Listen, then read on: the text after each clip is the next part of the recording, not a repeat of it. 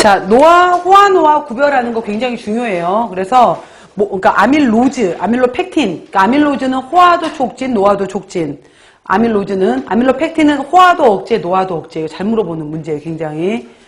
그래서 노화를 방지하고 싶으면 어떻게 할래? 라고 했어요. 그래서 노화는 0에서 60도씨 범위에서 잘 일어났고, 온도 같은 경우에는, 그 다음에 수분 같은 경우에는 30에서 60% 범위에서 잘 일어났다 라고 했어요. 그 다음에 노화는 다시 재결합을 통해서 수소결합에 따른 재결합이었다 라고 했으니까, 그러면은 나는 온도를 조절하든지 수분을 조절하든지 재결합이 되는 것을 방해하든지 하면은 노화를 억제할 수가 있겠죠. 그러면은 온도 같은 경우에는 0도 아래로 가든지 60도 이상으로 가든지, 그죠? 60도 이상으로 가는 방법이 바로 보온밥솥이에요. 보온고. 그 다음에 0도 아래로 내려가 버리는 것이 냉동하는 방법이겠죠. 그 다음 60% 이상으로 보내자니 물성이 변해버릴 거 아니야. 그래서 이 방법보다는 수분 함량을 30%보다 더 아래인 15% 아래로 가면서 수분을 줄여버리는 것들이, 익혀놓은 상태에서 수분을 날려버렸네. 과자, 비스켓, 건빵, 이러한 것들이 전부 다 호화된 상태에서 수분을 아래로 나눠버린 것들이잖아요. 이러한 것들이 15% 아래로 수분을 조절하는 방법. 그 다음에 수소결합이 재결합하는 것을 방해하기 위한 방법의 대표적인 것이 바로 모노글리세라이드라든지 디글리세라이드라든지 이러한 유화제를 첨가해 주게 되면은 이러한 것들이 수소결합이 되는 것을 방해하는 역할을 해주게 돼요. 그 다음에 첨가물로 해서 설탕을 넣어주게 되면은 설탕 이러한 것들이 전분에 있는 물을 뺏어와서 촉촉한 상태를 유지해주는 역할을 하게 돼요. 그렇기 때문에 설탕을 첨가하는 방법도 있다. 이런 식으로 이제 되는데, 봐보세요. 그러면은 전분을 0도 이하로 급속 동결하면서 수분을 15% 아래로 날려버리는 걸, 아니면 높은 온도로 유지하면서 수분을 제거하고 알파와 전분 상태로 만들어 놓은 거, 이게 라면 이러한 것들의 대표적인 거예요. 비스켓, 과자 이러한 것들. 급격히 탈수시키던지 라번에 설탕을 다량 함유시키던지, 아니면 유화제, 모노글리세라이드, 디글리세라이드와 같은 유화제로 안정화를 시켜주던지, 이런 것들이 다 바로 노화를 억제하는 방법이다 라고 했어요. 그 밑에 봐봐. 박스 보시면 비스킷, 건빵, 라면은 굽거나 튀겨서 수분 함량을 15% 이하로 조절한 것이다.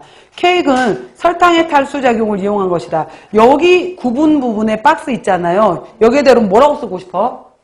그렇지, 수분 조절. 아, 이것들은 수분을 조절한 거구나. 그 아래 냉동떡, 냉동케이크, 보온밥통, 이거 뭐라고 쓸 거야? 그렇죠, 온도 조절. 얘는 온도를 조절했구나. 케이크 안에 유화제를 넣어주게 되면은 유화제가 재결정되는 걸 방지를 해요. 첫 번째 칸은 재결정화 방지, 이렇게. 그래서 수분 함량을 조절하든 온도를 조절하든 재결정화를 방지, 재결정화 방지. 이해되시죠? 수분 함량, 온도 조절, 재결정화 방지. 다음 페이지. 호정화는, 자, 중요한 단어야. 옆에다 써놓으세요. 건열, 고온. 그러니까 물을 넣지 않은 상태로 건열, 고온 시키는 것을 우리가 호정화라고 한다, 이 말이에요. 건열, 고온. 자, 전분에 중요한 말이야. 물을 가하지 않고 160도씨 이상으로 가열해버리게 되면은 전분 분자가 파괴되면서 여러 단계의 가용성 전분을 거쳐서 전분이 쪼개진 것을 우리가 덱스트린이라고 해요. 덱스트린이라고 하는데, 그 중에서도 이러한 과정을 호정화라고 하고, 특히 건열로 열에 의해서 쪼개진 덱스트린을 열에 의한 덱스트린이라고 해서, 옆에 그 영어 단어가 PYRO 있잖아요. 이걸 피로라고 하게 되는데, 이 피로라는 뜻이 열에 의한 이런 뜻이에요. 열에 의한 덱스트린이다, 이 말이에요. 전분이 쪼개지면서 바로 이거, 네, 이거 좀 어려운 얘기인데, 이게 뭐냐면, 여러분들 전분 있잖아. 전분은 아밀로즈, 아밀로펙틴이 수백 개, 수만 개가 결합된 거예요. 전분을 최종적으로 쪼개면은 한 개짜리로 쪼갤 수 있어. 전분을 구성하고 있는 이 한 개짜리가 글루코즈 포도당이었을 거 아니야. 이 포도당 두 개가 있었던 그 앞 단계가 누구였을까요? 메가당이었겠지. 포도당 두 개가 메가당. 그래서 전분의 단계에는 여러 단계가 있어. 그래서 아밀로덱스트린, 아크로모덱스트린, 말토덱스트린 쭉 있었던 거 기억나요?